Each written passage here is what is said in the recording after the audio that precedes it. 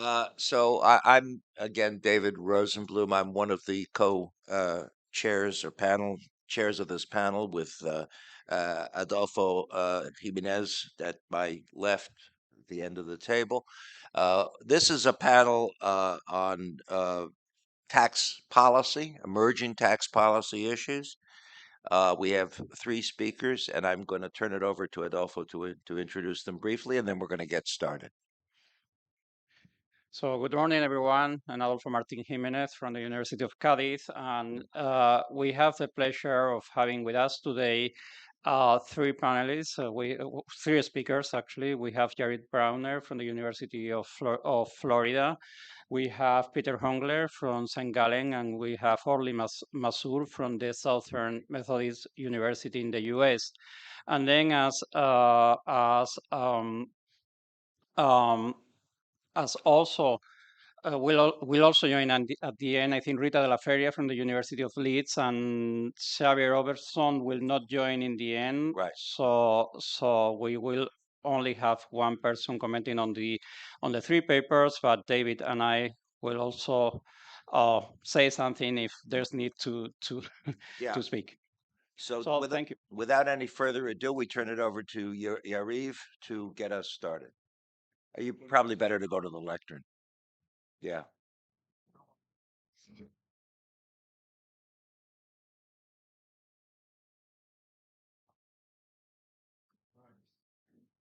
Thank you for having me. Now you can hear me? Yes. Okay. So I want to thank the organizer, especially the University of Belgrade, Professor Kostic, for having me here again in Belgrade. Is very pleasurable. Also, like uh, Sir Rosenbloom said before, I think it's a fantastic idea to start focusing on individuals. I particularly think so because I think the corporate tax is first problematic and second unsustainable in the current world. And in the end of the day, the corporate tax itself is also about individuals, right? It's not about concepts. They don't suffer, they don't enjoy, and therefore to stop thinking about individuals, as we've seen in recent years, where all the energy was put into the corporate tax that generates a few percentage points of revenue, is at least problematic. Um, I mean, I'll go to the example that Ms. Verlinden presented here, and when I hear it from time to time, I think how ridiculous this is. The example that you gave with respect to Netflix, when you said, well, we want to hire the best talent that we can hire, but you can't do it because of tax reasons. This is crazy, right? This so when we think about tax policy, um, I think what Professor Rosenblum referred to mainly is what we would call sometimes the economists' tax policy. There's been this old division between lawyers and economists, itself really problematic. But when we reach the point where this is what drives corporate decisions or business decisions, we reached a point of crisis, right? The things are not based on principles. In my former intervention, I gave you my view of the world we live in, and I think that will be reflected in the rest of the presentation. So what I was asked to discuss today is the question of high-skilled mobility, most often discussed in the context of what's called the brain drain. Um, as Professor Kostis mentioned, this is an issue that is very relevant in Serbia. So I think in this context, it will be hopefully interesting to you guys. One of the problems from a policy perspective in this context, or maybe even in a larger context, is that whenever mobility of individuals is discussed in scholarship, it's about mobility of labor. It's not really about mobility of individuals. And the models are about mobility of labor.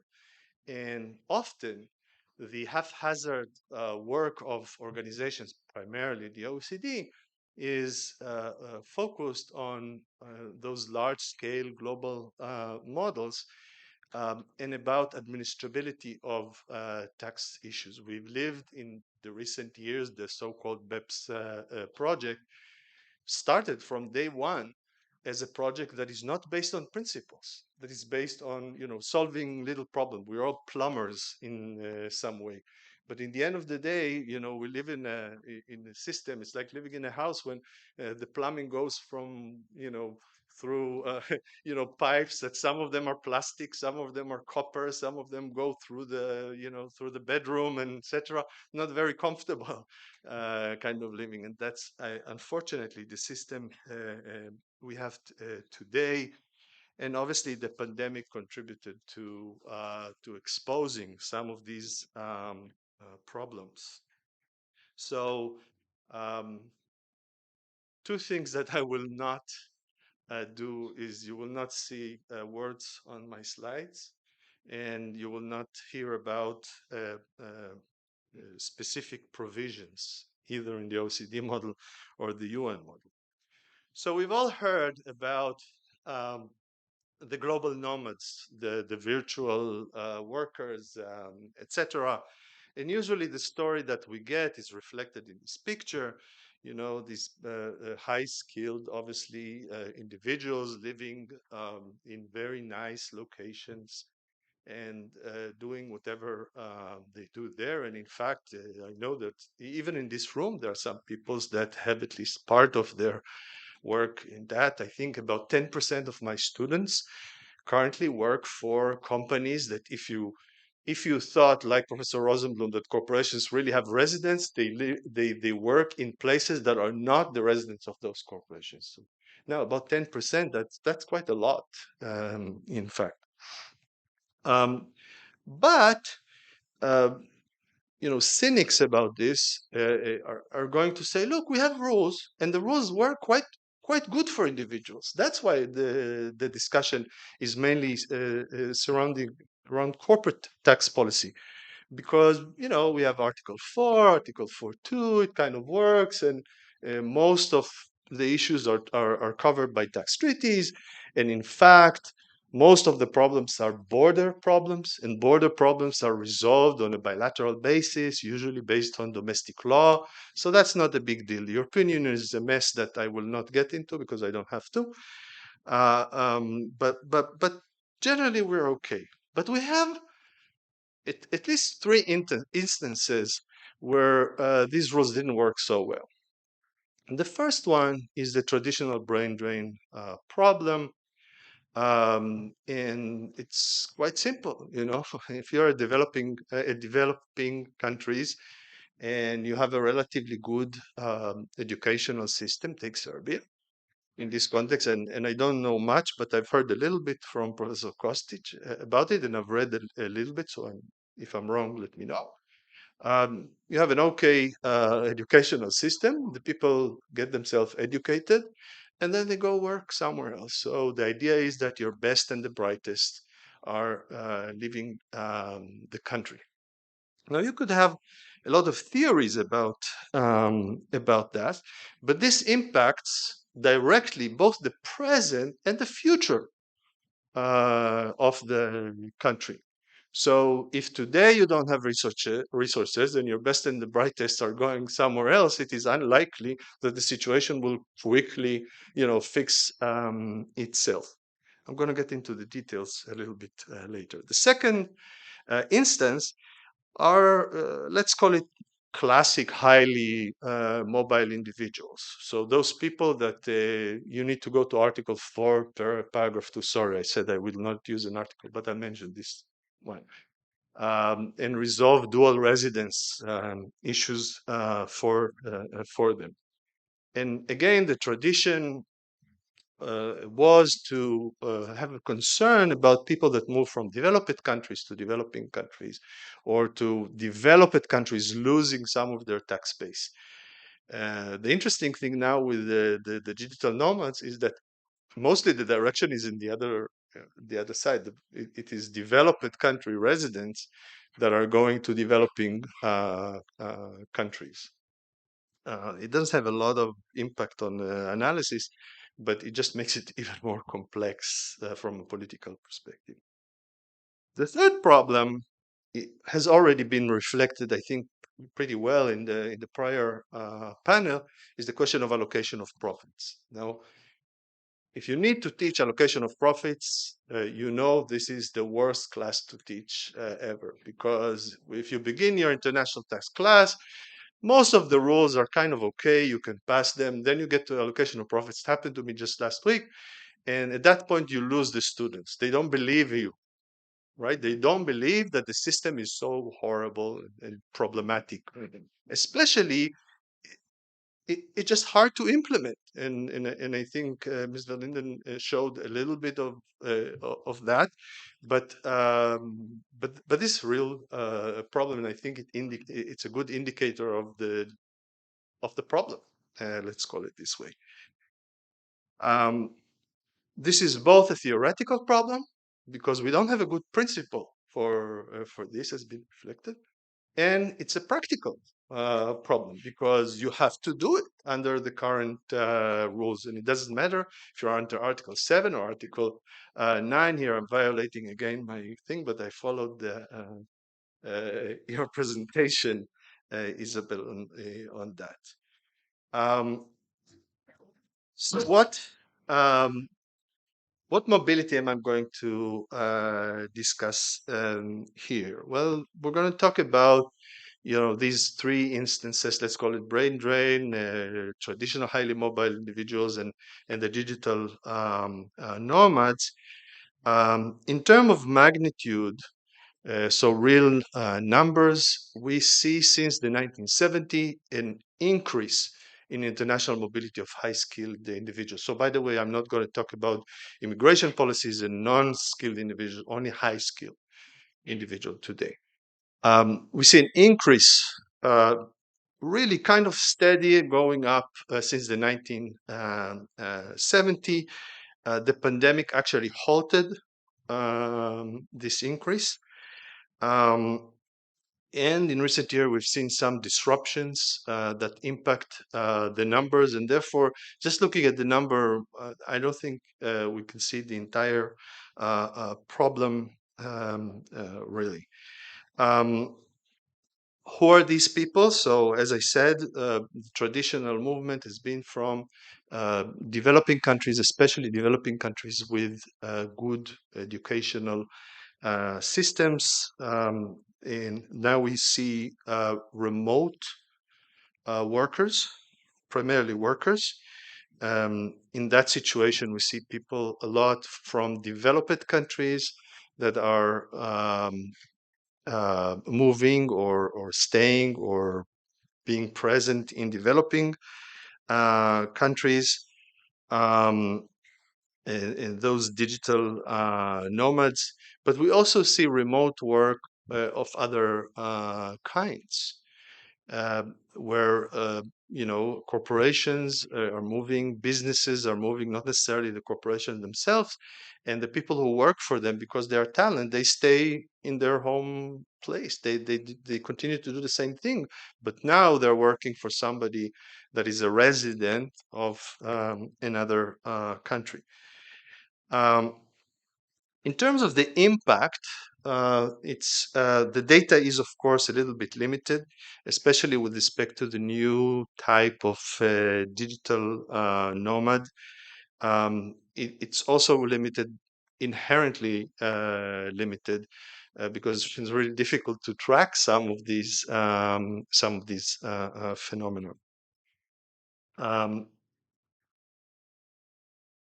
So if you think about the brain drain itself, the traditional way to think about it was that the home countries are losing the best and the brightest.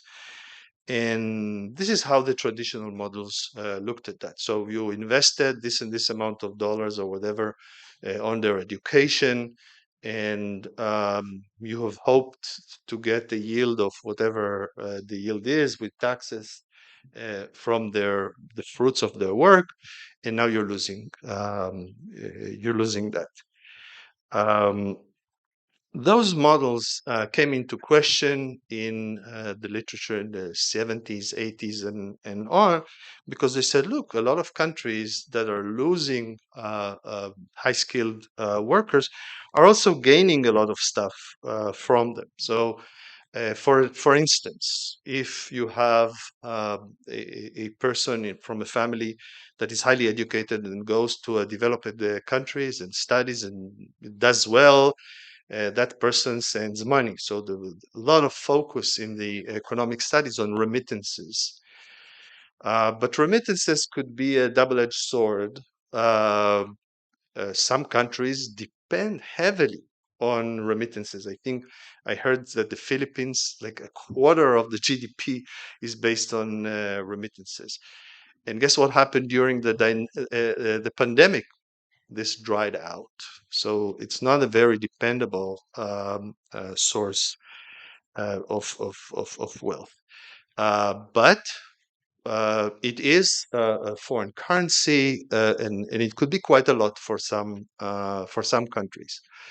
A second example is the example of technology transfer. So, um, so Kostis said before, what happened if I have these smart people, we educate them, etc., and now we're losing them. Guess what? Tomorrow you're going to have 1 million educated people in Serbia, but they're not going to have work, right? So are you going to really benefit from them in the same way, or are they going to generate the same productivity that they're going to generate if they go to another country? This is quite a big question. So maybe they go there, the traditional classic economic model, they go, they learn stuff, they go back to the country. Sometimes true, sometimes not true, right? And the numbers are really mixed in different countries in this context. Some people called it now the brain gain, from that perspective. I'm not going to bother you with all this literature. It's in the paper and other papers on this matter. Now some people call it brain circulation. So the minds are circulating around the world, and therefore the balance is quite difficult actually to make in the end of the day. The last thing I'll mention in this context is the impact on politics. Also quite important in this context, what we call diasporas. So if you have, and I don't know anything about Serbian diaspora in this context, but certain other countries will have concentration of expats, let's say in the developed countries, and these expats start to have political impact in the home countries. Sometimes it's good in the eyes of some, and sometimes it's not so good. So it's a multifaceted problem and unclear, but at least from the perspective of some countries, it's quite significant, at least from a long-term policy perspective and political perspective. Now, naturally, as the world digitalizes, let's call it, we see a change in the business models. So we see the remote work, and remote work really disrupts our ability to quantify perhaps the impact of the loss or the gain of high-skilled workers. There's fantastic work in the United States, completely from the perspective of the host country, that shows that the US government provides more tax benefits than it has capacity for workers in the technology industry. The Nobel Prize winner Paul Romer did work on this. So countries are not very good in calibrating these, poaching activities, and they also compete with each other in this context. We also have mobility of firms, which impact the situation. Again, this is the situation that I described before. You know, I literally know a student that is doing exactly the same that he did before, but his firm was acquired by a non-US firm. So now he works for a firm in Australia, for example. He's doing exactly the same thing. The capacity, the impact on the profits, and everything is the same, but obviously the tax situation is different. Coming back to the allocation problem, in this kind of world, it's kind of speculative, right? In reality, when you have serious cooperative work within firms that have more impact of more intangibles at the core of their work. So if you do think tanking, who contributed more? I feel sorry for my transfer pricing friends. How can they, they need some models, but in the end of the day, it's a little bit like putting your finger against the wind in this context. So in the 60s, Professor Bhagwati, who's an economics professor originally from India, who moved to the United States, um,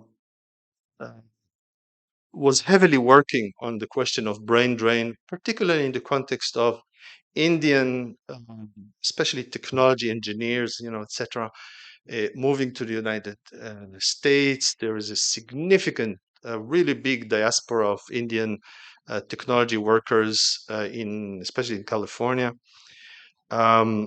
And his work was really the beginning of this study of the impact of the brain drain, particularly on India. And he suggested uh, to compensate India for the loss of their best and brightest using a special tax now known as the Bhagwati tax in the literature. And his original idea it is not really clear because it changed from time to time, but generally the idea was that the US will collect a certain tax on Indian expats in the United States and will remit it back to India. So immediately a couple of tax lawyers, scholars said, well, this is very nice, but it's impossible because constitutionally it's impossible to do that. So then some students of Professor Bhagwati suggested a voluntary tax. So the expert will voluntarily pay a tax to India in this context. And there's been quite a lot of effort around these ideas that, you know, if you're cynical enough, which I am sure almost everybody in this room is, you understand that it's not, it's not seriously implementable. However, what begs this whole idea begs the question of a citizenship-based tax. Now, remember, in this particular case, the United States taxes its citizens on a worldwide basis. And as Professor Rosenbloom mentioned, we have an exit tax. In certain situations, it changes from time to time. But basically, if you lose your citizenship on purpose, you face an exit tax, and some of it is delayed, some of it is immediate. Doesn't matter. The details don't matter for now. Well, could India impose an equivalent tax? Well, in the past, we could say, well, that's impossible because of the problem of data, right? And even today, a lot of developing countries, Professor Brown gave an example before, it's a serious barrier.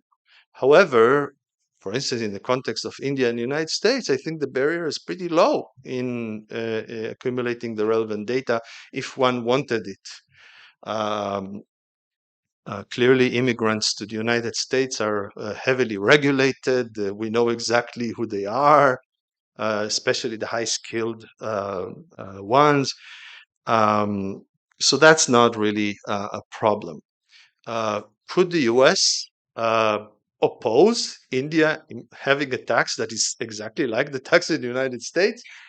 I would say that's going to be a problem, right? It's difficult. There's definitely nothing in the current rules or norms of international taxation that make this impossible. The BEPS project presented a little bit ridiculous saving clause in the MLI, uh, using the same terminology that the US uses in its tax treaties, but for other purposes.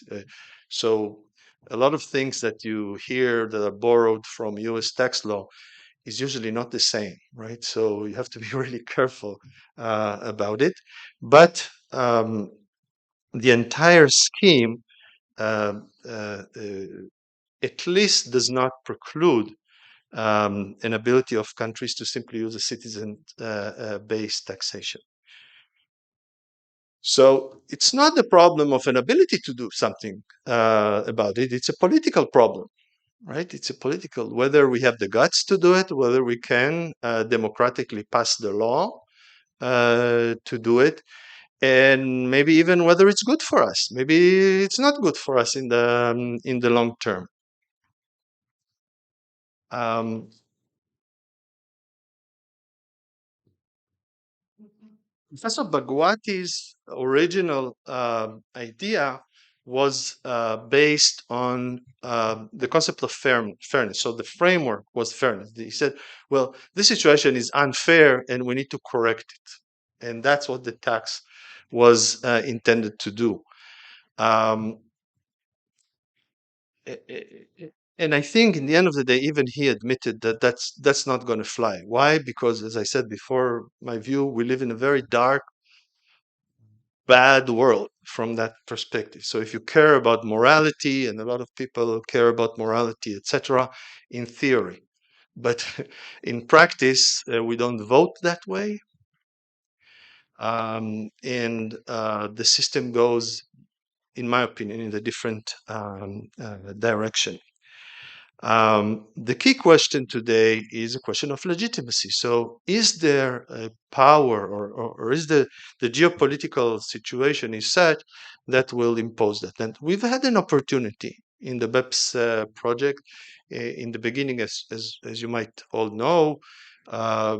We have now countries that used to be developing and not with a lot of power that now have more power. And um, but in the end of the project, still uh, post-colonialism, I guess, won, and the former powers are still in control. Have they won the entire war? I'm not sure, because some countries, sign on the BEPS so-called or whatever agreement, and then they do whatever they want anyway, right? Um, this clearly happened in the case of China and India and some other countries. Um,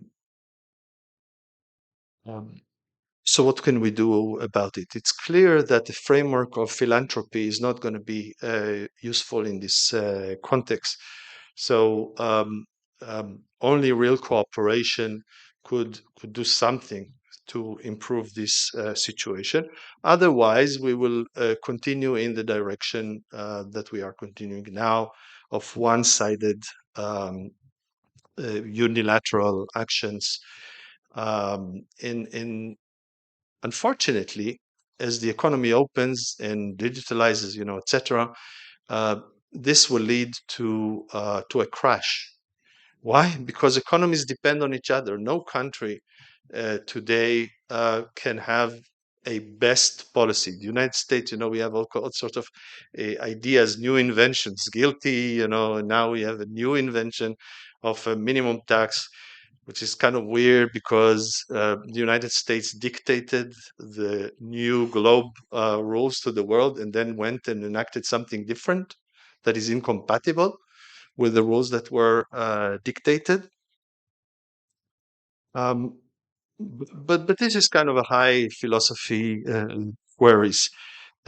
More particular, we see in this context a problem with the traditional use of the physical presence or the physical location for taxing rights.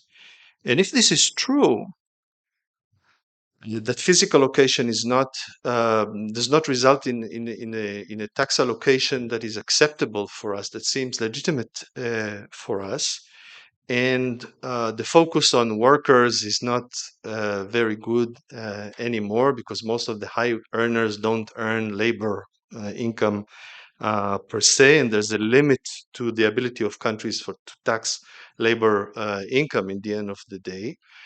Um, what can we do? Well, we continue with the dogma of residence, and the dogma of residence is based on what? Physical presence. So if physical presence is not good anymore, and so Rosenbloom alluded to that in his remarks, then the residence concept is not very useful for us anymore. And this is really at the core of the problem. um, should residents continue to govern in the context of individuals? Now, I'm not talking about corporations here, because that's a Pandora box for a different day. I think our three examples kind of push the envelope on this matter. So, brain drain, remote workers, and the digital nomads. The problem is a political problem. It's the inability of countries still that are dominant to give up their dominance and to accept the fact that they cannot dictate the rules to the rest of the world. They still feel, I think, that they did it in the BEPS project, but the effectiveness of that is, waning down. Um, I'm not going to give you a panacea, a solution for this problem here, but I think, uh, again, in terms of conclusion, that the main problem is there's still a lack of acceptance of this situation, of the need to really cooperate and listen to the different concerns of countries, and to give up the power, that the post-colonial power that we see dictating everything today in the tax world. So thank you very much.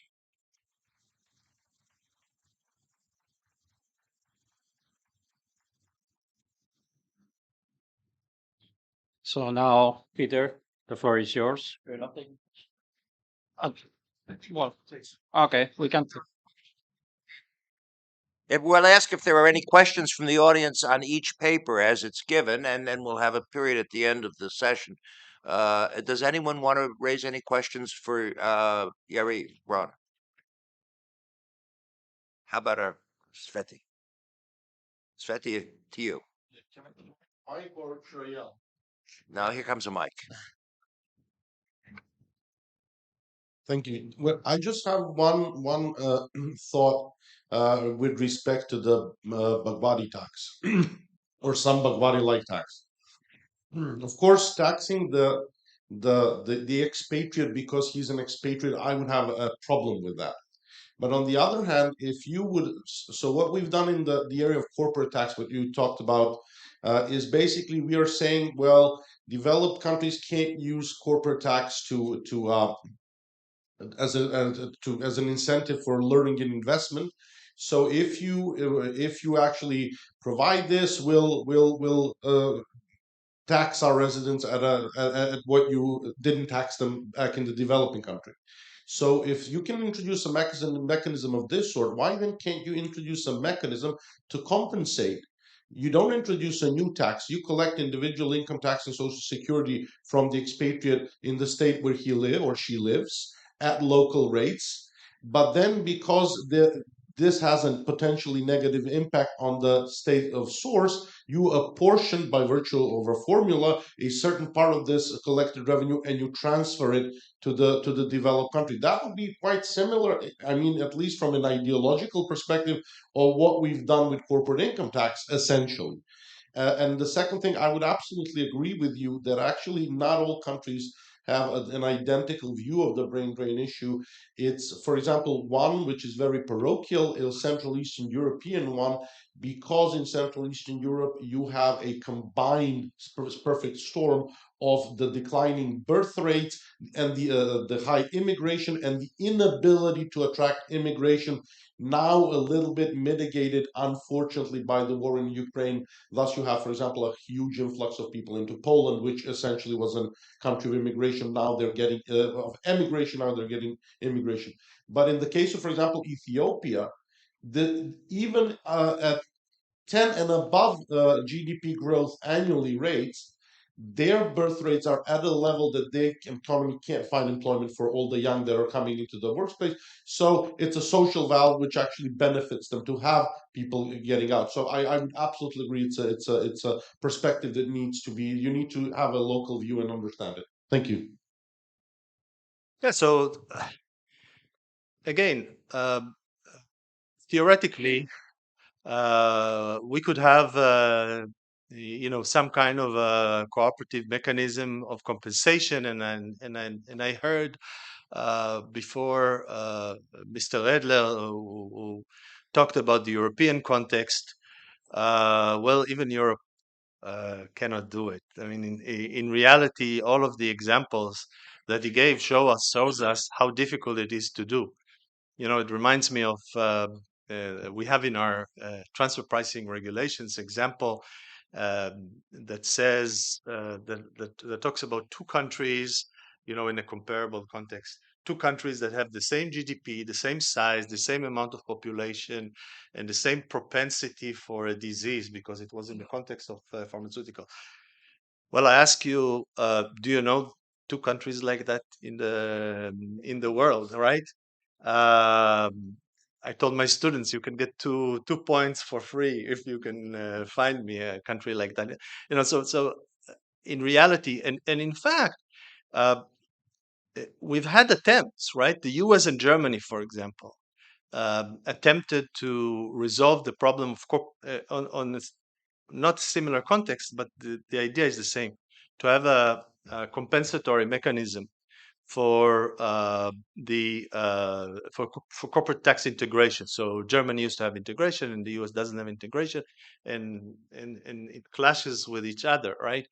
Um, these things don't work in the current environment, mainly because, and this is my personal opinion, it's speculation, is because the OECD keeps dominance over these matters, and it will not allow the framework to change. We don't have cooperation.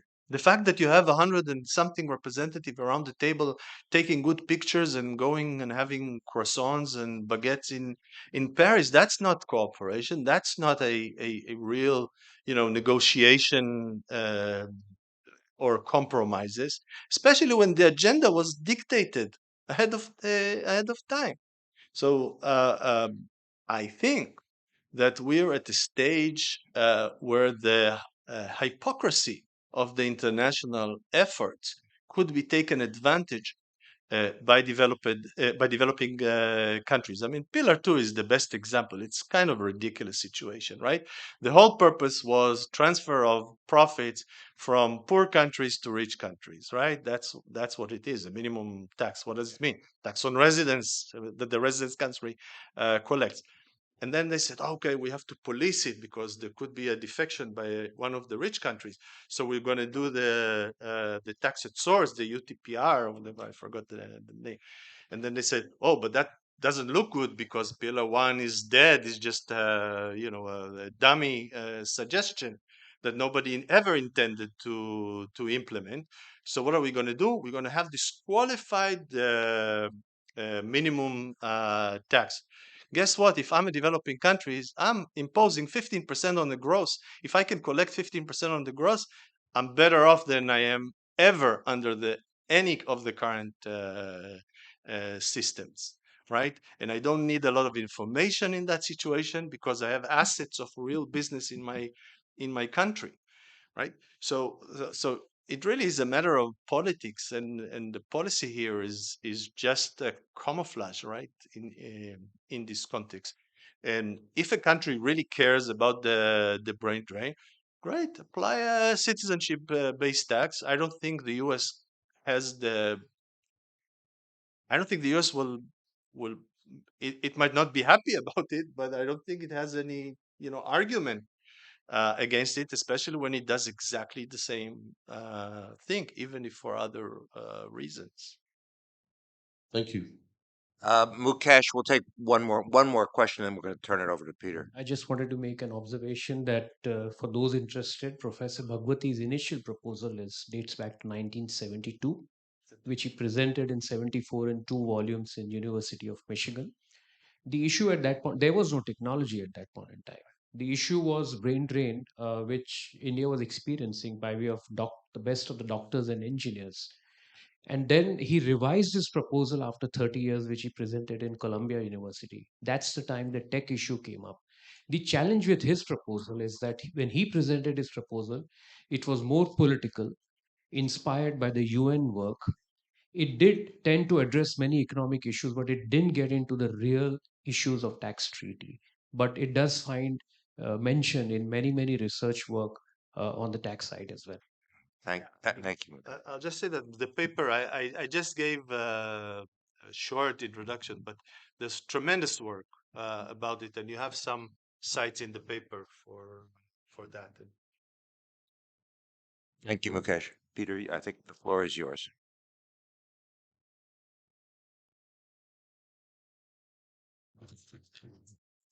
Thank you.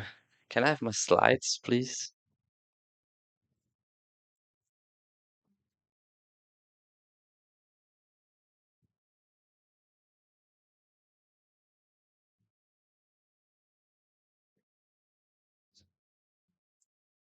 So I'll start while you're setting up the slides. Thank you for the invitation, Svetislav, and to the colleagues. It's a great pleasure to be here. One complaint, I don't have enough time to do sightseeing, so we should do another invitation next year, if that's okay. Okay, so let's start. The topic of my presentation is a global tax policy proposals for taxing billionaires. I have to, disappoint you a bit. I'm not going to talk about billionaires. I just use the term to attract more people in the room. Because if you want to sell a book nowadays, you need to talk about taxing billionaires, and the book is going to be sold. Easy solutions for complicated problems, right? So the goal is not really to talk about billionaires, but to talk about inequalities. Inequalities. We have, seen that there are seismic shifts going on right now. One is global tax policy. We'll talk about individuals in the near future, and maybe there will be a seismic shift from the OECD to the UN. So in this current environment, we need to talk about agenda setting. And for the BEPS project and for Pillar 1 and Pillar 2, we were all too late. So the agenda was set before the academics started to discuss it. And now things should be different. So the goal of my presentation is to demonstrate you whether reducing inequality should play any role as part of the international tax policy debate in the future. Disclaimer, I was asked to talk about the topic, so they forced me to talk about. I don't blame them because it's an interesting topic, but don't expect too progressive solutions. Nevertheless, I will lose some friends in the room today. Spoiler alert, some friends from Switzerland, Italy, probably they will not like, what I'm going to tell them. Let's start with some economics.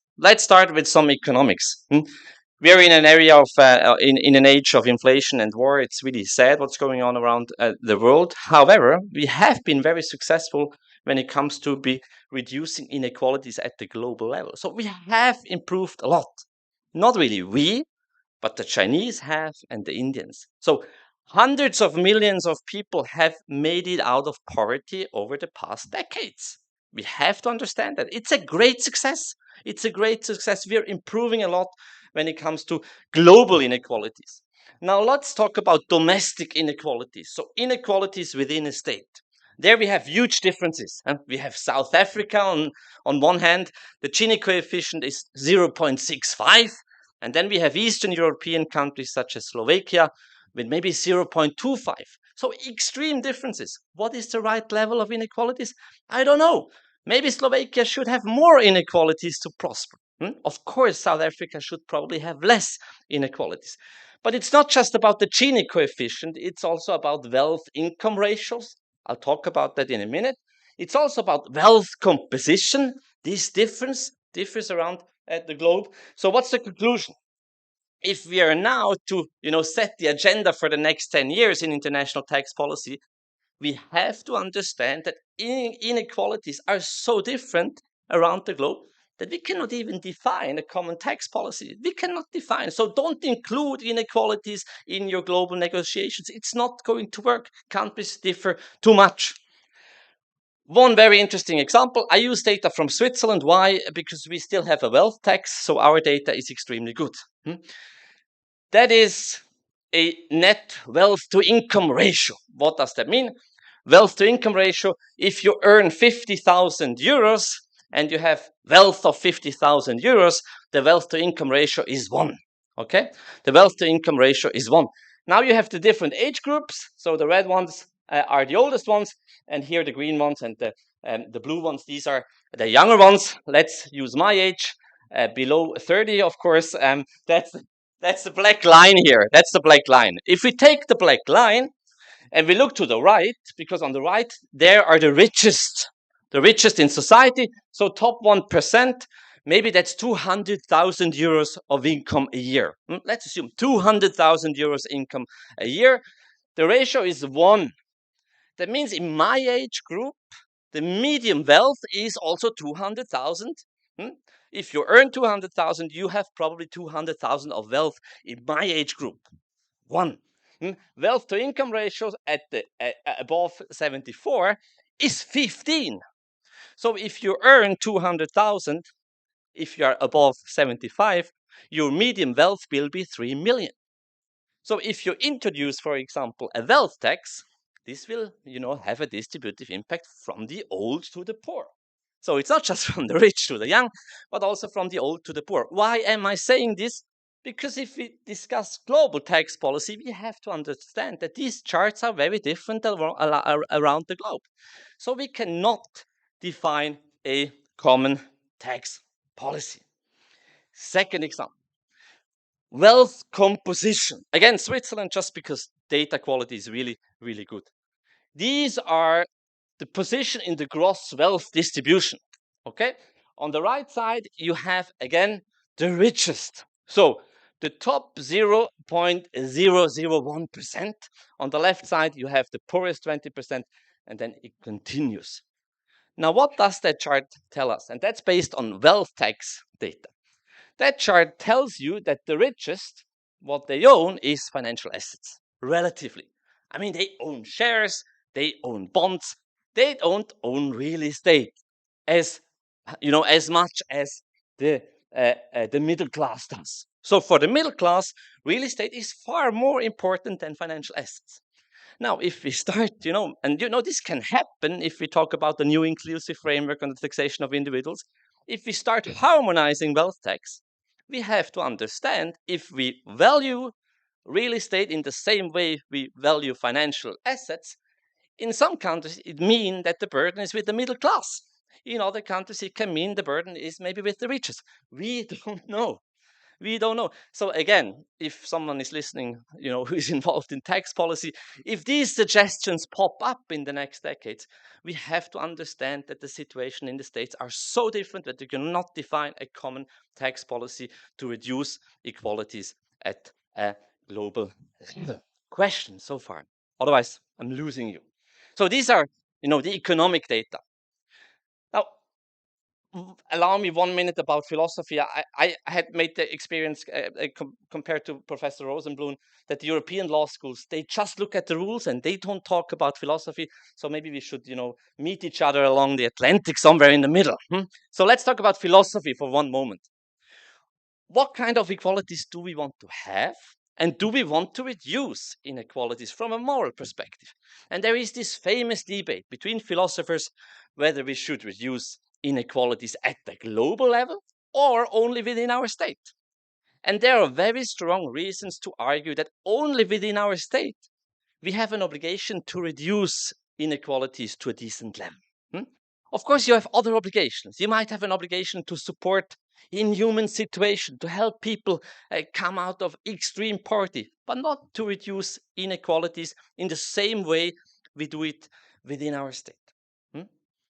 Second problem, if we talk about reducing inequalities, what are we talking about? Are we talking about wealth inequalities? I can still speak, and so let's continue. Are we talking about income? That was a sign, eh? Someone. Are we talking about income inequalities? So is the problem income inequality, or is the problem wealth inequality? Or are we really bothered with equality of opportunities? And I think the last one is the most important one, right? I mean, what I'm concerned, I have two small sons. I'm concerned that they have the same opportunity than my neighbor's son. I'm not so much concerned whether we have rich people in Switzerland or not. I'm concerned with equality of opportunities. Now, we are tax people in here. Then we have to understand if that's the goal, our discipline is very limited, because if we want to increase equality of opportunities, we talk about spending, we talk about public schools, we talk about public health. So again, international law, international tax law does not really play a role there. So that's the elephant in the room. And I've seen the slides of Rita. She will have another elephant in the room. So intermediate conclusion. First of all, there is no moral agreement that we should reduce inequalities at a global level. Second of all, even within our state, there is no agreement whether we should reduce wealth inequalities, income inequalities, whether we should focus on equalities of opportunities. So this is not helpful at all for international tax policy. Second of all, economics data shows us that inequalities are so different that we can just not come up with a common policy at an international level. So we should leave that topic outside of the debate for the next coming years. And I'm sure people will bring it up at the level of the OECD and at the level of the UN to talk about inequalities. I think we should not do that. It's going to be dangerous. And last, of course, the elephant in the room here is international tax policy is not about spending, so we cannot, really change there anything. Now, in my paper, I thought let's discuss 4 options that the OECD has for the next 10 years, or the UN has for the next 10 years. And maybe these options are going to be discussed, and probably they will be discussed. So it's again about agenda setting. First of all, a global minimum tax for billionaires. So not pillar 2 for corporations, but pillar 2 for individuals. Why not? 15%, everyone in the world.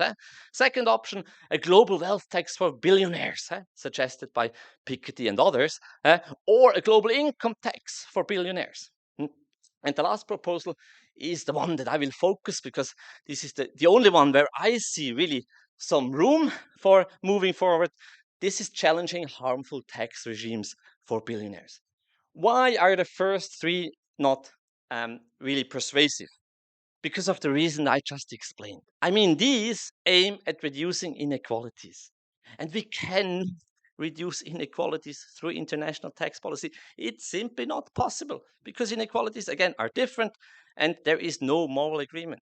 We should have a democratic decision about what kind of equalities do we want to have in a state. So international tax policy should not play a role. So let's talk for the remaining 8 minutes about the last idea that I have. At least, if the OECD moves forward or the UN moves forward, there would be room for some policy suggestion. What are harmful income tax regimes? We talk about the non-dom status in the UK. We'll talk about, tax exemption upon relocation in Israel. We'll talk about the lump sum tax regime in my country, in Switzerland. And, for our Italian colleagues, the flat tax regime or the substitute tax regime, the terminology in English is not that, harmonized. What is the main feature of all these very famous regimes? These are very famous regimes. Some are very traditional, the non-dom status, and the flat tax regime is in Italy is the modern version of that. What are the main design elements? Limited personal scope. Normally, you don't have access to these regimes as a citizen of that state. So in Switzerland, as a Swiss citizen, I cannot apply for the lump sum tax regime. Second of all, they apply different rules for foreign income and domestic income. Or, as in the case of the UK, for remitted income and non-remitted income. So that's a common feature as well. And third, no comprehensive reporting obligation. I heard yesterday, flat tax in Italy does not require that you disclose everything, if I'm right? You don't disclose everything. The same for the Swiss system. You don't disclose your global wealth. You don't disclose your global income. Okay, so these are the main design elements. Now it's interesting. We can draw a link between these harmful income tax regimes to the debate we had we are having since 20 years about harmful corporate tax regimes. So it started in 1998 with the report on harmful tax regimes, and then it made it into the BEPS project under Action 5. So what are harmful corporate tax regimes? So these are regimes that lead to no or low effective tax rates. These are regimes that lead to ring fencing. Ring fencing means you treat normally foreign income differently than domestic income. There is a lack of transparency in these regimes. So normally you're not required to disclose everything in these traditional corporate regimes. And last one, lack of effective exchange of information. So that's the traditional approach on how to judge harmful corporate tax regimes. Now let's do the same for these individual income tax regimes. First of all, no or low effective tax, obviously, very low tax rates. Second example, ring fencing. Yes, it's also ring fencing. You treat foreign income different than domestic income. But the logic is a bit different because here we're talking about competition. So in the corporate world, we talk about harmful competition. And we are not in a market here of selling products, but in a market of attracting people. So there are differences, of course. Third, transparency. And here I told you already on the last slide that most of these regimes do not require full disclosure. So the same logic would apply here. And the last one, and that's the most interesting one, lack of effective exchange of information. I remember myself, in Switzerland, we had these harmful regimes, but at that time we did not yet have exchange of information. So you could say, well, that does not anymore apply. But what's the problem? The problem with these regimes here is they disable exchange of information. So we have exchange of information, but what is missing is full disclosure. So if I want to ask the UK authorities to provide me with more detail about a person living in the UK, they will not have the information because the non-dom regime does not apply. The non-dom regime does not force taxpayer to disclose everything.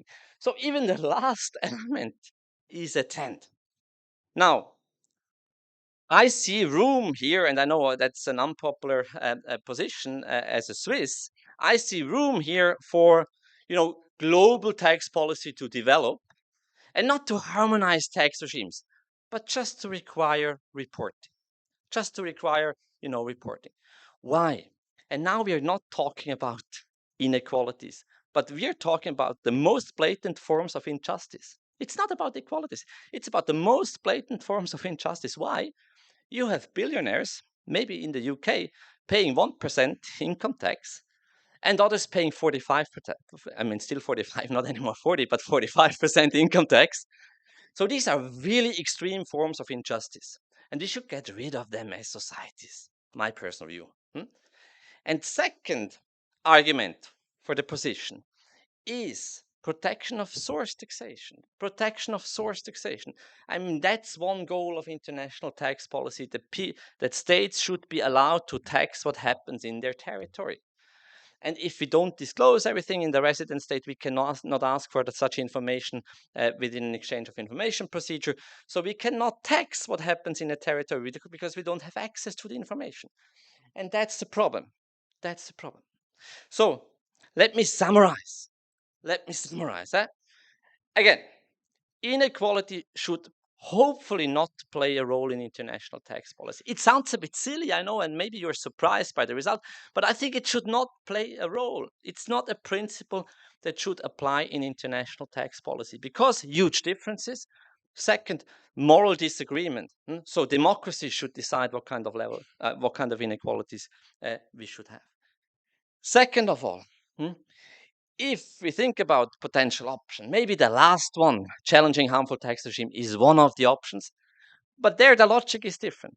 The logic is not reducing inequalities. The logic is, allowing, enabling source taxation, allowing, enable fiscal self-determination, and of course, getting rid of some forms of blatant injustice. Having said that, I'm at the end of my presentation, so thanks for your attention.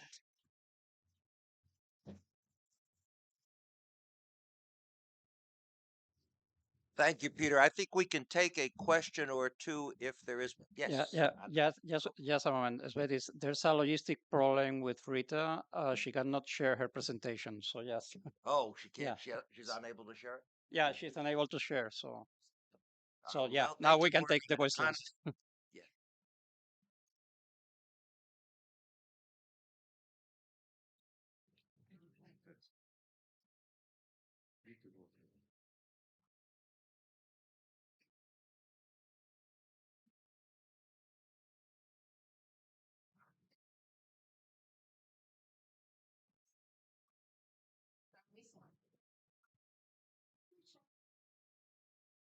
Trying to harmonize rates. Here's the microphone. So I find it okay. Yeah. On the harmful tax regimes, it's indeed very very important. In my own country, we have this Visa Gold, very controversial regime and provoking a lot of problems, similar to the ones that were affecting corporations. But then on the tax on billionaires, are we really talking about international tax law or about legal pluralism, in the sense that one country or a group of countries that will start, if so, taxing billionaires according to their own standards of equality, then this could be reproduced as it has always happened in tax law, if we have income taxation around the world and so on. So I wouldn't see it as an international tax law issue. And on the normative justification, then you would have a domestic justification, as simple as that. Okay, so I will stop here. I would like to comment on Yariv, but I will do it in the break. Just very brief. I mean, I fully agree with you. But there are ideas around suggesting the introduction of a global wealth tax and then distribute the revenue again among the countries. And I think that's a silly idea. Let's try one question back there.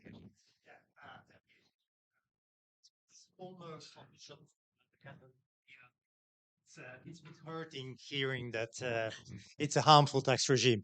That being said, I mean, first thing first, it has been decided in Switzerland democratically, in the sense that, for example, Zurich got rid of those regimes. We maintain them in Geneva. So I think it's a matter of national decision and democratic decision. That being said, there is about those features an element which can be international, and it is in Switzerland when we start the calculation or the control calculation.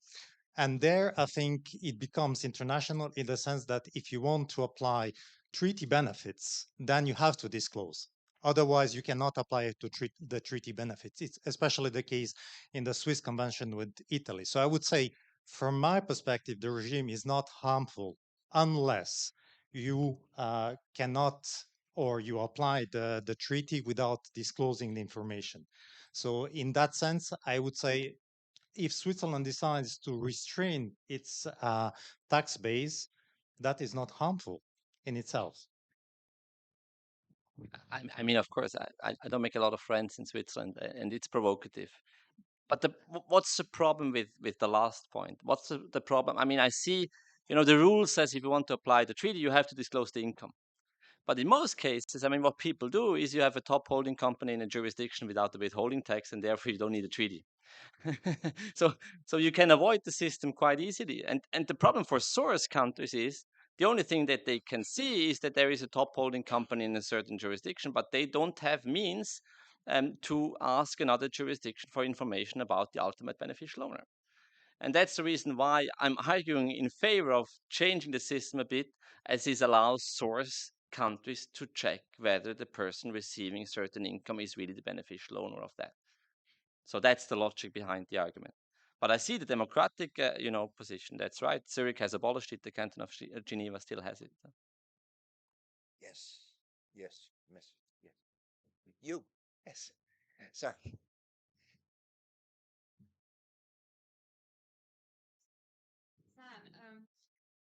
I think that the key word here is harmful. So as we all remember, like the entire debate on harmful tax competition started from the identification what is actually harmful. So the question is whether every single regime that offers certain tax benefits or low taxation to the individuals can be seen per se as harmful.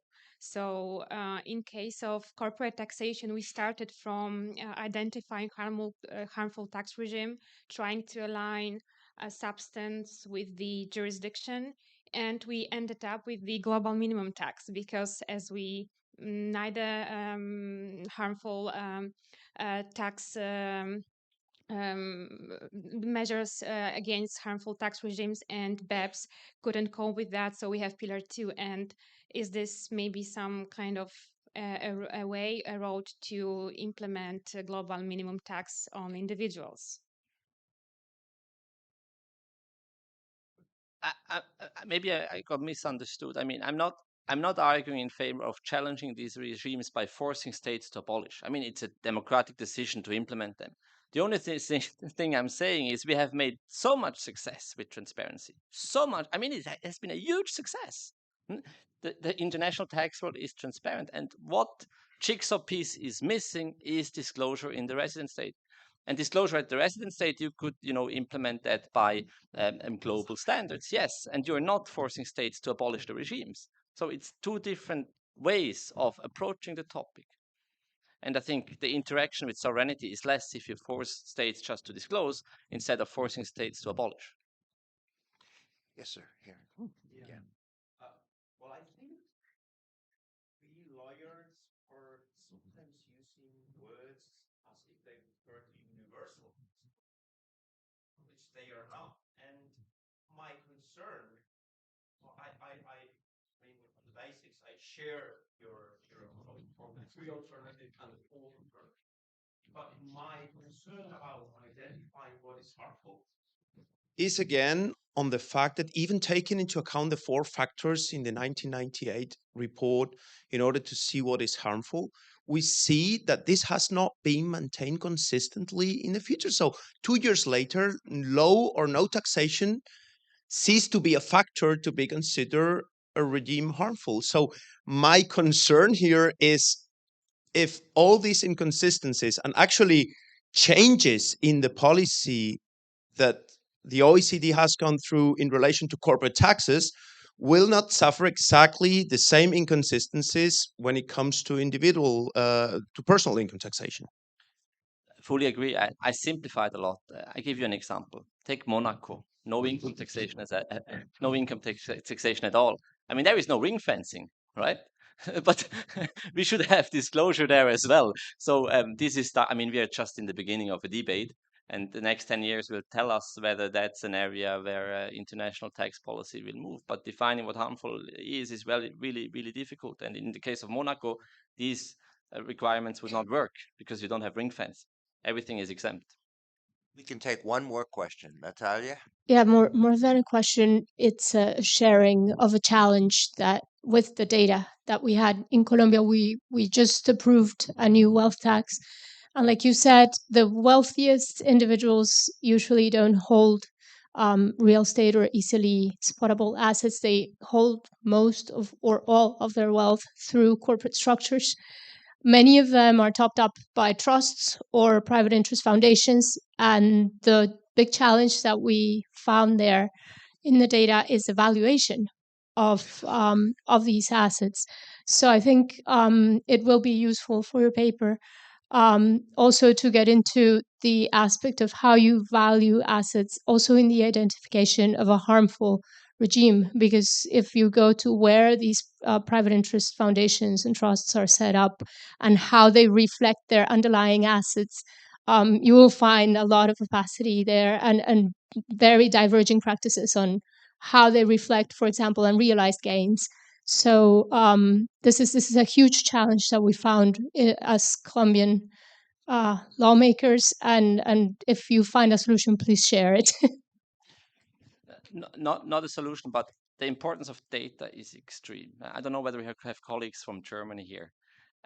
Germany has abolished the wealth tax. I don't know whether you know that. The Federal Supreme Court has abolished the wealth tax because real estate was undervalued compared to financial assets.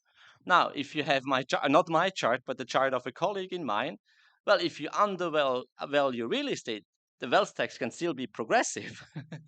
But they abolished it based on the reason it's unfair because people owning real estate are, benefit more than people owning financial assets. So this is why if you define a wealth tax, you have to understand what is wealth composition. Otherwise, you run exactly into these problems. That's so important. Yeah, let me say that's the same problem we are discussing now in Spain with the new wealth tax. That in the end, the effect is not going to fall on millionaires or very high income people. It is going to fall on professionals, middle class entrepreneurs, rather than the people that are targeted. So it's the same debate that we are having there. I know there are more questions out there, but I think we need to turn out the floor over to Orly so that she can do her presentation on robots, our third paper. And so I need some technological help here to get Orly on. Since she, I think, is in Texas. Okay.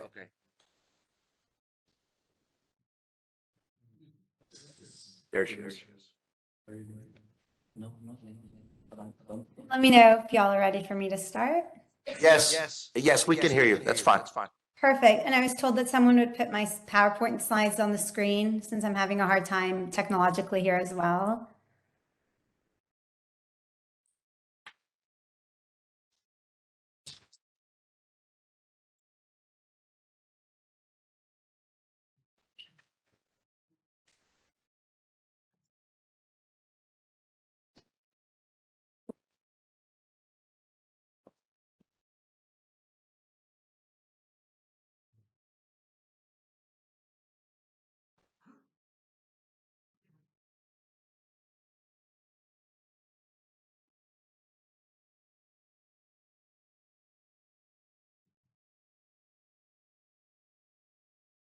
Someone could just let me know when they're up.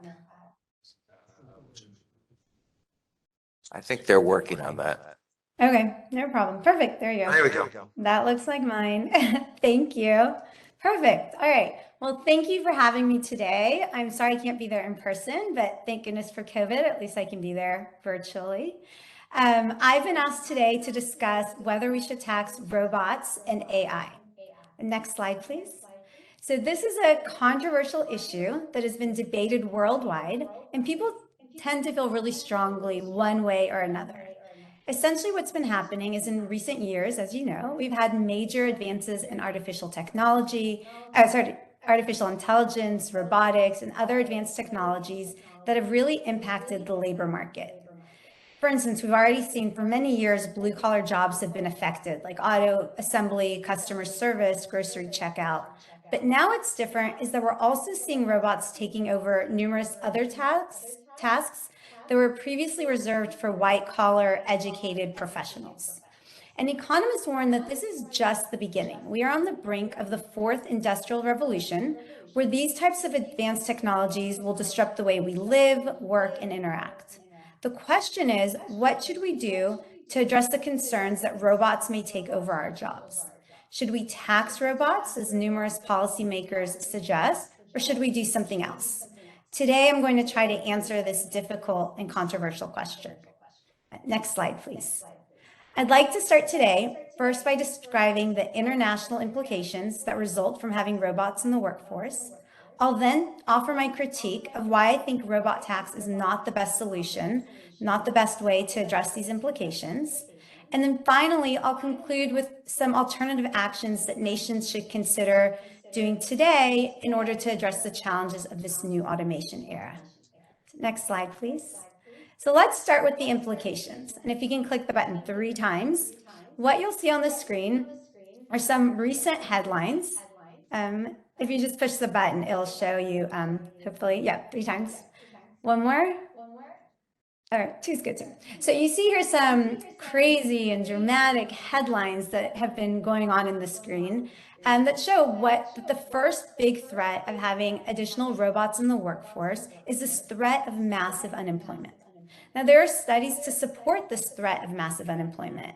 For instance, there are experts that have had studies done that show that up to 30% of the hours worked globally could be automated by 2030.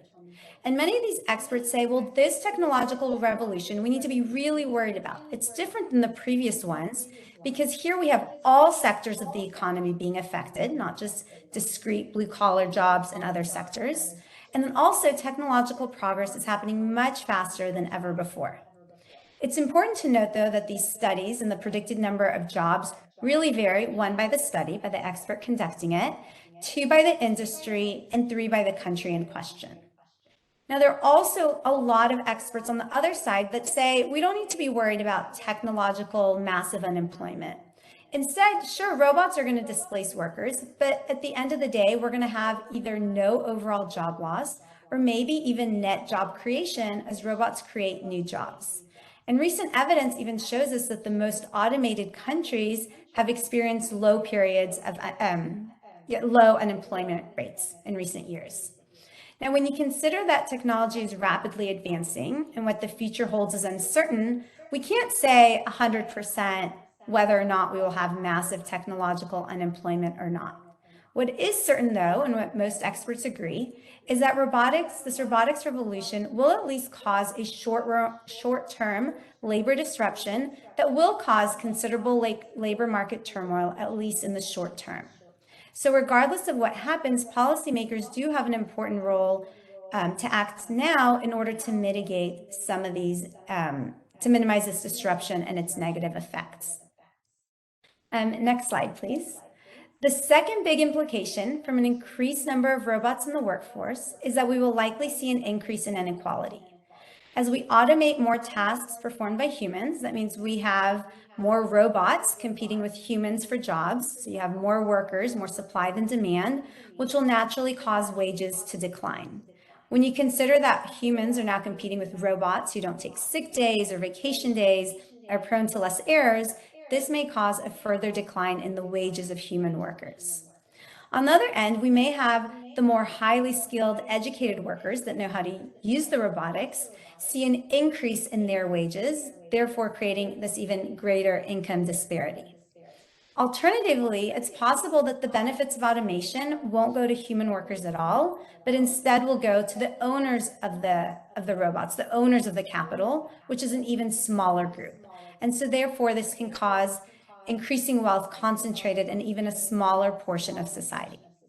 Again, we don't know exactly how this will play out, and it's likely that the public policies that nations have in place can help mitigate this, but this is a definite concern that the increased robots in the workforce is presenting. Next slide, please. Finally, the third big implication from increased robots in the workforce is that robots are likely to result in a sharp decline in government revenues worldwide. This is likely to occur for 2 reasons. Next slide. First, as robots disrupt labor markets, we're going to see more government spending trying to support their unemployed citizens. And so that's an increased strain on fiscal budgets. Then on the other end, we're going to likely see less tax revenues being generated by countries. And the reason why this is because under most tax systems, a major source of government tax revenues is borne by the workers and not by capital. This is especially true in OECD countries where social insurance taxes like payroll taxes and individual income taxes represent the 2 major sources of tax revenues, and a big component of those tax bases is wage or labor income.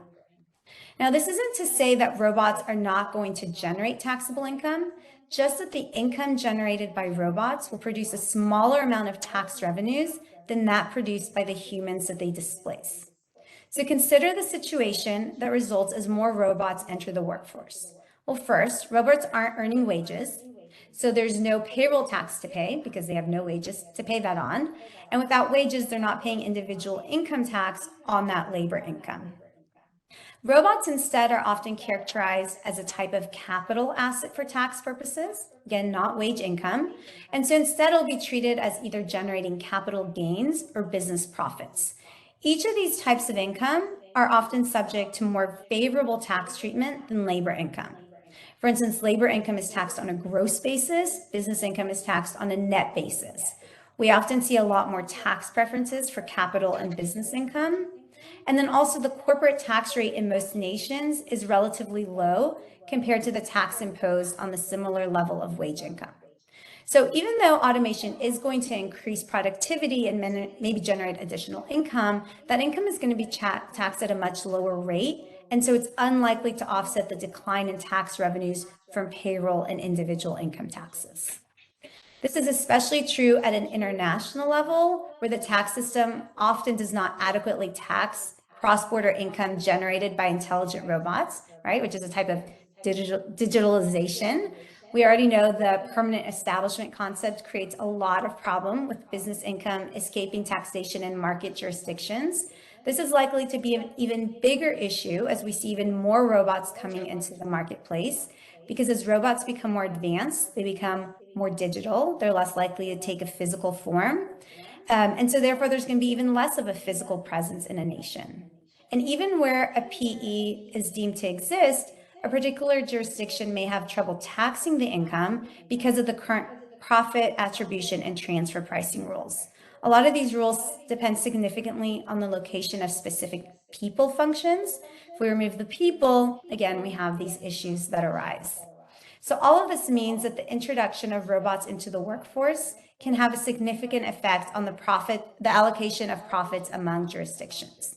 Of course, we have the OECD G20 framework and the two-pillar solution, which is doing important work in this area. And this is likely to also help with the taxation of robots, even though that was not the underlying focus. Now, in addition to a decrease in tax collection from payroll tax and income tax, a labor disruption is also going to reduce the amount of revenue that a government collects from consumption taxes. That's because if wages go down, people have less disposable income, which means less consumption taxes. Conversely, robots are not consumers. So any income that they do earn is not going to be subject to consumption taxes. They're not going to be consuming. So what should we do? Next slide, please. One potential solution that keeps getting attention in the media is let's just tax the robots. This idea has been proposed numerous times worldwide. Many proposals to tax the robot seek to impose additional taxes on the owner of the robot. So for instance, it would impute fictional salaries to the robots and then tax the owner, or maybe it would impose automation taxes based on the ratio of automation. So different variations of this. There's also, on the other end of the spectrum, proposals to tax the robots themselves, treat them as taxable persons for income, consumption, payroll tax purposes, and tax them in order to generate additional revenues. Now, even though these proposals vary, all of the robot tax proposals are trying to do essentially the same thing. They're trying to address the threats caused by robots disrupting the labor market. They're each generally trying to slow the pace of automation and save people's jobs, keep government revenues from shrinking drastically, and maybe using some additional of this tax revenue to support the unemployed or reduce inequality. And in some cases, these proposals are looking to level the playing field by taxing robots comparably to their human counterparts. There hasn't really been a robot tax implemented anywhere, with the slight exception of South Korea, which isn't really a robot tax. But the calls to tax the robots are continuing to grow, and it might even continue more so in the future as we see more and more automation. Now, my argument is that even though we do need to address the threat of increased robots in the workforce, the negative implications on the labor market turmoil that they're going to create, a robot tax is not the answer. It gives rise to practical issues and negative policy implications. And at the end of the day, it really doesn't address the issues that it claims to fix. So next slide, please. One of the main concerns raised by a robot tax is that it would hinder innovation. Advances in robotics create many benefits for society, and singling out for taxation will likely increase its costs, which may disincentivize companies from investing in robotics and continuing to innovate. Never a good idea, though, to penalize technological progress. Trying to hinder automation will hurt a nation's productivity, which would negatively affect its GDP and also would likely have long-term employment growth, likely a negative impact on long-term employment growth. So a nation that adopts a robot tax may lose out on the numerous economic and social advantages that robots provide, ultimately providing more harm than good and contributing to the very problems that a robot tax seeks to address. A second big issue is the issue of international tax competition. AI and intelligent robots primarily take the form of software or other types of intangible assets, which means that they're fairly mobile. So if you have one nation imposing a robot tax, another nation not imposing the tax, or perhaps even providing incentives to invest in robotics, it's possible that businesses may relocate their robot-related activities to these other jurisdictions and give that other jurisdiction a competitive advantage in this area. This means a robot tax could cause a lot of problems if not everyone adopts it, because it could potentially drive production abroad, distort investment decisions, and then further exacerbate the loss of jobs, growing inequality, and lost tax revenues in a particular nation. Another big issue with these proposed robot taxes is that designing and implementing this type of tax creates significant practical issues and policy concerns. So as a starting point, we would need to define a robot for these purposes. But what is a robot? The question is really more complicated than it seems. Is it any type of machine that replaces a human job with automation? Does it include a bot, which is a robot programmed to perform tasks online? Does it have to be physical, or can it be something intangible like software or an algorithm that allows a computer to work as a doctor, a lawyer, an architect? Any definition that is ultimately adopted needs to be clear, predictable, and justifiable, while also flexible enough to adjust for changes in technology. Not impossible to do, but we have a very, very long way to get there. Especially because if the definition of robot is not coordinated on a global basis, implementing this type of tax now introduces an additional possibility for double taxation of the same stream of income or non-taxation. And we all know how difficult international coordination of tax rules can be. Now, even if we could define a robot, why are we doing this? Why are we taxing the income generated by this type of production input different than other types of capital assets or other production inputs?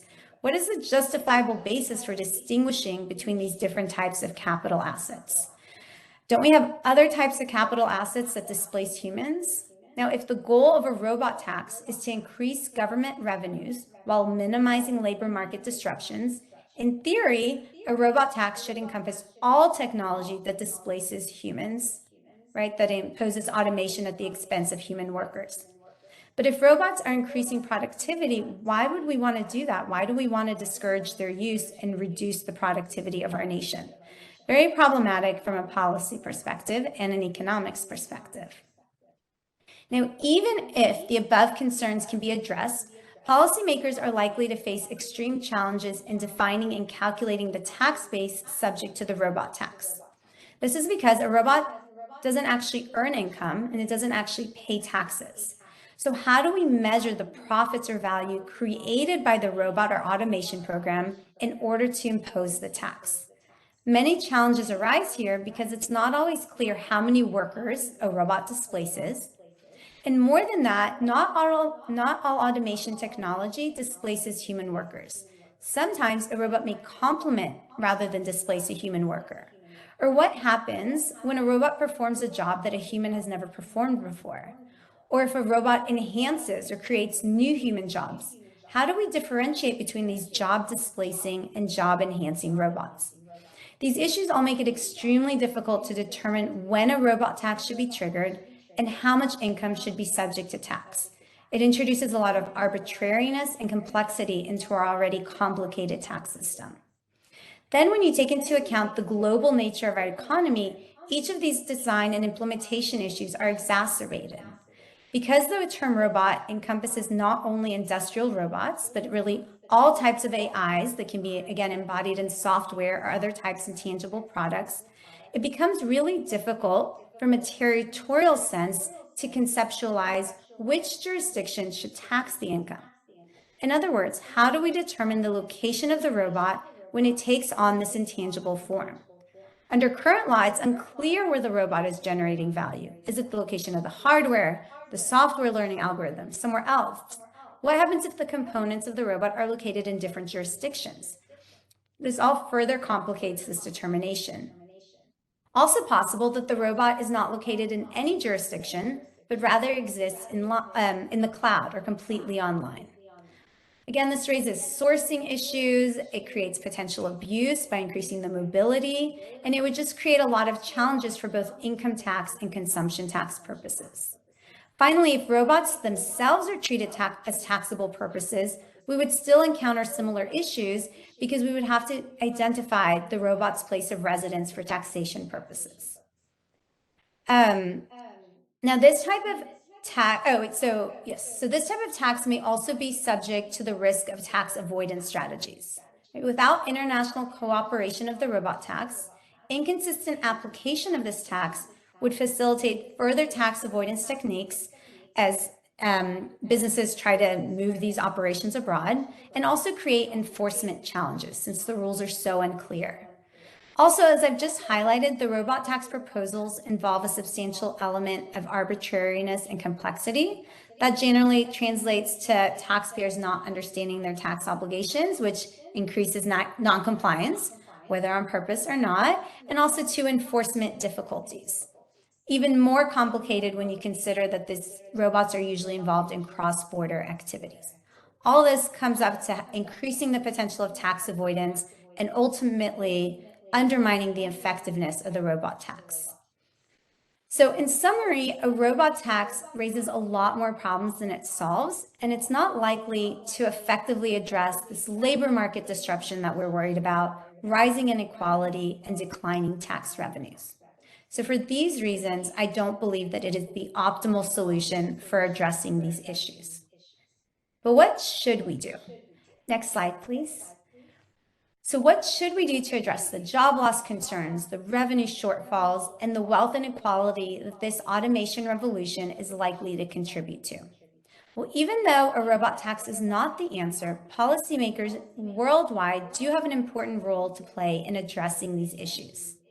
There have been many proposals put out there on how countries should manage the upcoming workforce transitions. Although not perfect, each of these proposals is preferable to a robot tax that singles out robots for taxation. And ultimately, the optimal mix is going to depend really on the nation's preference regarding growth and inequality and how much disruption really the introduction of robots into the workforce contributes to. But nevertheless, there are 4 principal areas that governments should focus on as they try to address the challenges of this robotics revolution.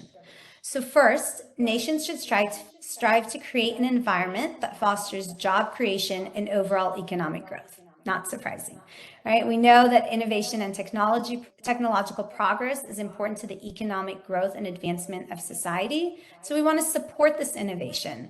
Nations can do things like increase government funding for basic research, granting prizes to support specific innovations, reducing ineffective regulatory burdens, creating other direct financial incentives for small businesses, entrepreneurs, and other job-creating businesses and activities. All of this would minimize the impact of automation on the workforce while also putting the country in a better position to compete for and benefit from additional international investments. In the long run, investing in robots and other technologies would likely facilitate job creation in the long run, right? Short term, no, and improve overall social welfare and growth within that jurisdiction. Second thing is that countries should increase their investment in human workers. Workers, to successfully thrive in this transition period, workers need to be able to adapt to a dynamic labor market and easily transition into any available and newly created employment opportunities due to automation. This can be done through direct spending, like increasing federally funded education programs, reducing interest on student loans, other kinds of direct spending, or it can be done through the tax system. For instance, tax incentives to encourage employers to train their workers, to hire more workers. All of this can help. Nations can also do things like investing in technology that helps match displaced workers with vacant jobs. And again, numerous other proposals have been put forth. It's not likely to prevent this short-term labor market disruption, but it will help mitigate its effects and maybe increase the likelihood that workers can also participate in some of the gains produced by automation. Third, nations should strengthen their social benefit systems to help mitigate the negative impact of automation on their displaced workers. Something that's commonly suggested in this realm is the idea of universal basic income. This is very controversial, but there's also other things that countries can do. They can increase spending on unemployment benefits, implementing comprehensive minimum wage policies, providing wage insurance to encourage employment, and so forth. Finally, governments should also consider tax reforms that modernize their tax systems to fit this new automation revenue. Right? This is necessary to ensure that there's sufficient government tax revenues to fund all of these initiatives I've suggested, to make up for any tax revenue shortfalls that are likely to result from the predicted disruption of the workforce, and to minimize distortions caused by the current tax system. At a minimum, nations should ensure their tax policies do not hinder innovations in robotics, AI, or other technologies through measures like a targeted robot tax. More broadly, we need to have a global tax approach to ensure that this income generated by AI and robotics is appropriately taxed. We know that traditional international tax principles were not designed to automatically capture the shift of transactions from the physical world into the digital world, or to tax non-resident taxpayers digitally exploiting a market. There's been a lot of work in this regard, obviously from the two-pillar solution.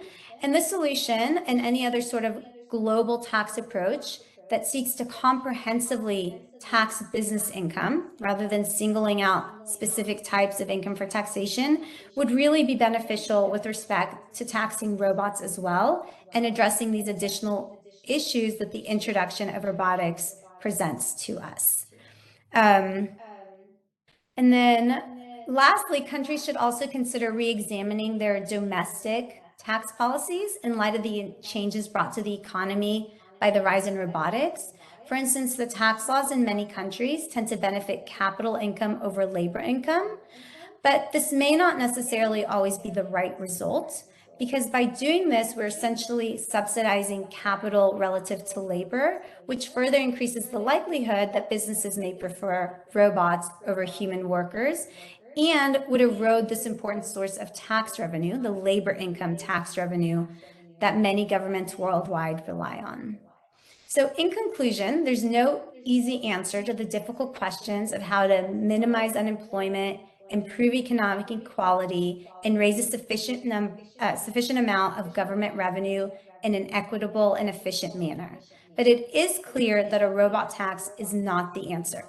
Any approach that policymakers take needs to embrace the robots while at the same time supporting displaced workers, minimizing inequality, and ensuring sufficient government revenues. The robots are coming, whether we're ready for it or not. And so it is in all of our interests to begin working towards global solutions so that we're able to be ready to successfully adapt and thrive in this new automation era. Next slide, please. And that is my conclusion. Thank you.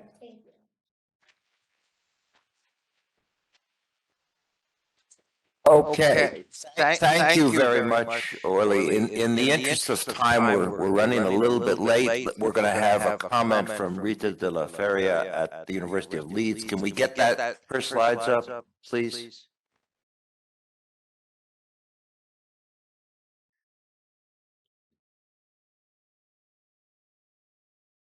There we go. There's Rita, at least.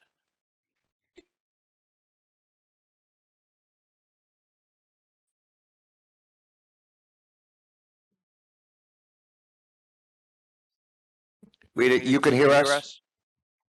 I can hear you. All right, so you're going to comment on any or all of the three papers, correct? Yes, that's correct. Okay, good. Okay, shall I start or are we waiting for the slides? You ought to start. We're trying to get your slides up, but I think you ought to start. Our time is Perfect. really... Okay, so first of all, thank you very much for the invitation to be here, to be in this conference. I'm sorry I'm not in person for all sorts of reasons. I would like to go to Belgrade myself, but also because the papers that have been presented are just so interesting, and it's never the same in terms of exchanges of views being online or being in person. Also, I would like to thank the organizers for putting me on this panel. I very much enjoyed all three papers. It was a privilege to read them and to be able to comment on them. So what I'm going to do is I'll do a few general comments on my perception of what the problem is, or what is the kind of a big picture issue at stake, and then I'll comment on the three specific papers.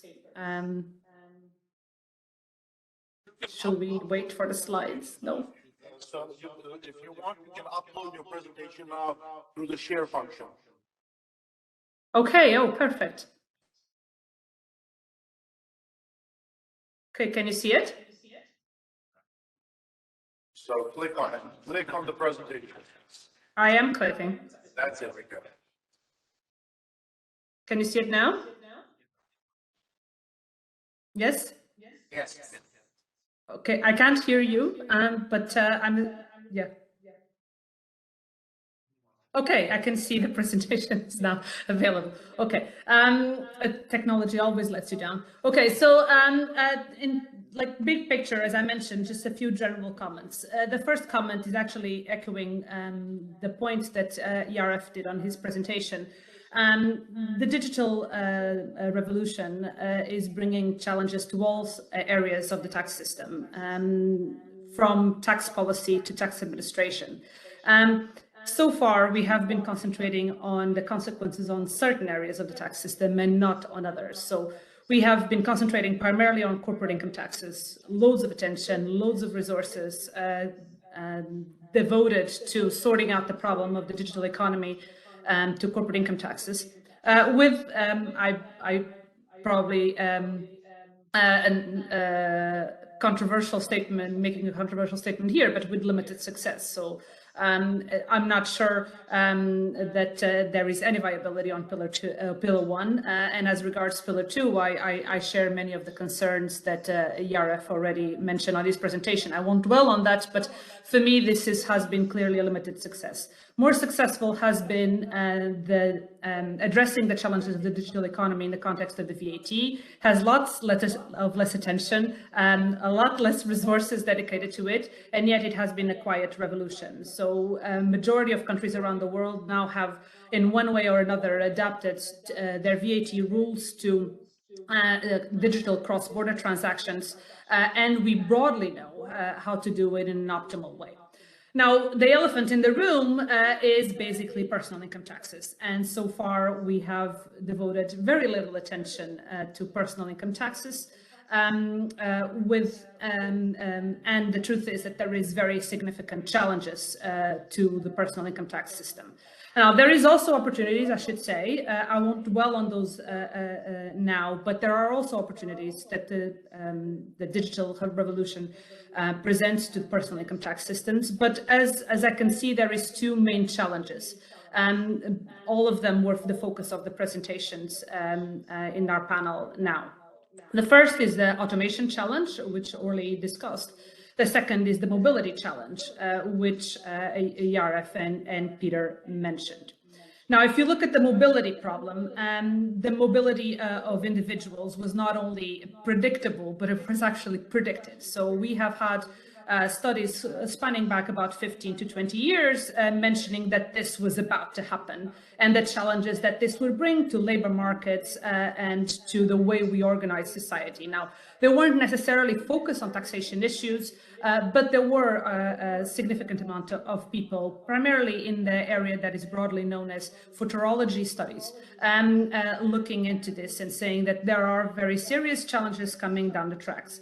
Now, if we look pre-pandemic, interjurisdictional working was already happening, and the living and working in different countries was already happening, but it was limited broadly to a small part of the population. So the ultra-rich, very high-end scientists and so on.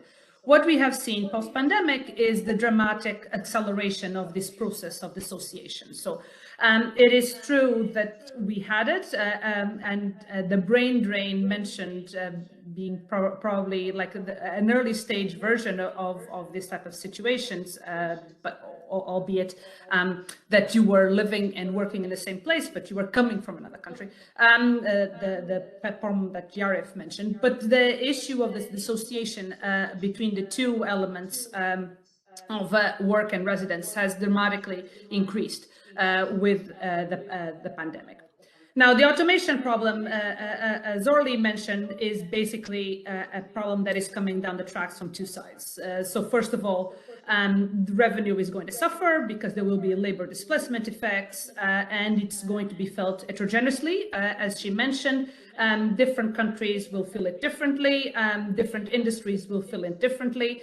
So it's not the same level of effect across the board, but we can be pretty confident now that there is going to be an effect.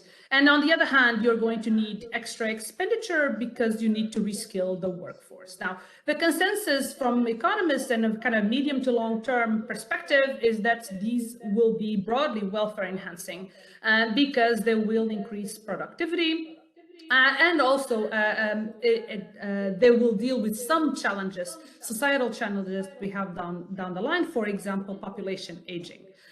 In the short term, however, as she mentioned, there will be very significant disruption on the labor markets, and the problem is that these will going to be felt very quickly.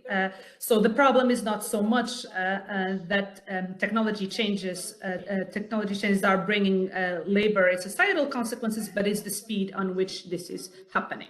Now, why does these problems matter? Because, first of all, rich countries and EU member states are prime example of this, rely heavily on personal income taxes. So taxes that, and when I say personal income taxes, I'm saying a lato sensu. So personal income taxes to include not only the personal income tax, but also social security contributions. So are a very significant part of the revenue. And if you have any changes to revenue on these taxes, it's going to have an immediate impact on the levels of revenue that are going to be gathered. So Georgia Maffini and I have a paper on this. We looked at UK data to make educated guesses on the amount of revenue losses, and that the results were surprising even to the two of us. So if you have even a minimal mobility at the top of the income distribution, which is the individuals at the top of the income distribution are likely to be the ones that are more mobile, the revenues immediately come down dramatically. And this is because our systems are progressive. So if you have any shakeup at the top, the people who pay more taxes, then it's going to be felt immediately. So in the UK, 140,000 people moving, which is literally nothing for a country of 60 million people, immediately brings a loss of revenue of £6 billion annually. So any small change is going to have a big impact on revenue. The other reason why it worries me personally, and maybe not everyone is on the same page as me on this, is that personal income taxes are our best instrument to achieve equity in tax systems. So if you have any shakeup, any issues with automation, with mobility, in personal income taxes, you are going to have problems achieving a fair tax system because basically this is our best instrument. So other taxes that we have fulfill other functions. Equity in our tax systems tends to be primarily fulfilled by personal income taxes. Now, how do we address these problems? We had 3 papers today, and 2 on the mobility problem and 1 on the automations problem. So starting with the mobility problem, Yariv spoke about the brain drain and the dissociation of physicality and residence. I think the key issue for me here, it would be much nicer to be discussing this in person, but a key issue for me really is the benefits. Now, if you look at a kind of historical perspective, you can think, okay, you were educated in a specific country, then you moved to another country, you benefited from that country, education, etc. But you can see it also from a present day perspective. So you have kids, your kids go to school, you get sick, you go to hospital, you use the roads, you use the police services, etc. So to what extent is there a legitimacy to tax in other countries other than the country where you reside? So I think the issue really will not be so much one of absolute benefits and absolute legitimacy, as the word he used, but I think the key issue is a hierarchy of legitimacy. So who is more entitled to receive revenues from these workers? I also have significant concerns about citizenship taxation, partially for the reasons I just mentioned of the benefits, but partially for one that probably Yariv is not necessarily concentrating on, but for me as a European citizen worries me significantly, which is a retreat to kind of national taxation within European circles. So I often say that that in my hierarchy of priorities, I'm first a European citizen, and then I'm a tax person.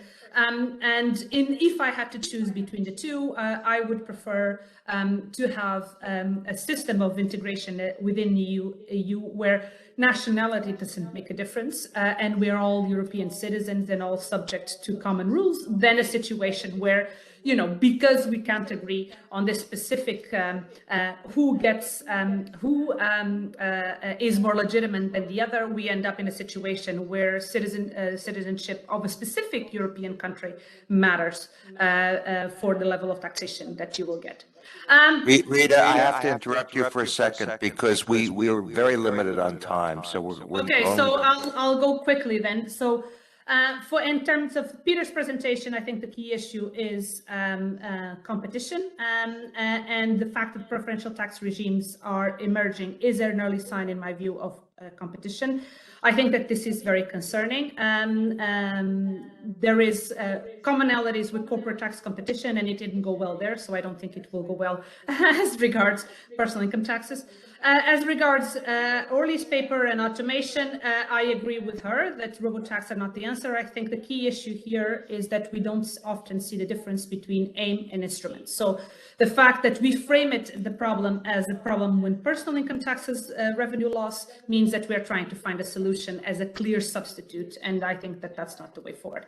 Finally, I'll just say this. I think the magnitude of the problem is quite big. I am fearful of the societal consequences and the economic consequences of these challenges, and I think we need to refocus our attention into personal income taxes and away from corporate income taxes. Early action and coordination, in my view, will limit the potential damage. Thank you. Thank you. Thank you, Rita. So sorry to hurry you through that. It's okay. I don't know how to stop sharing the screen, but we now break.